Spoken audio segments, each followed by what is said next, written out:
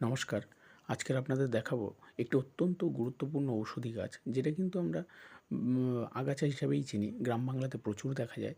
এর কিন্তু রসটাকে যদি মুরগিকে খাওয়ানো যায়, মুরগির কিন্তু বিভিন্ন রোগ থেকে মুরগিকে প্রতিরোধ করা যায়, রোগ প্রতিরোধ করা যায়।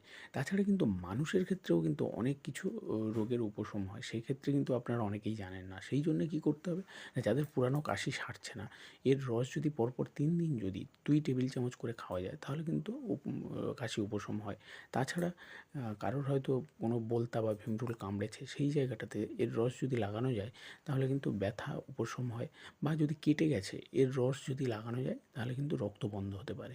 তাছাড়া কি না, যাদের হয়তো জ্বর আসছে, গলা ব্যথা, সেক্ষেত্রে কিন্তু এর রস খেলে কিন্তু উপকার পাওয়া যায়। এছাড়া কারোর গায়ে যদি র্যাশ বা চুলকোনা বেরিয়েছে, সেই ক্ষেত্রে সেই চুলকোনাতে যদি বা র্যাশে যদি আপনি এর রসটাকে যদি ২-৩ দিন লাগাতে থাকেন, তাহলে কিন্তু সেই ২-৩ দিনের মধ্যে কিন্তু আপনার অনেকটা উপকার পাওয়া যেতে পারে। ধন্যবাদ।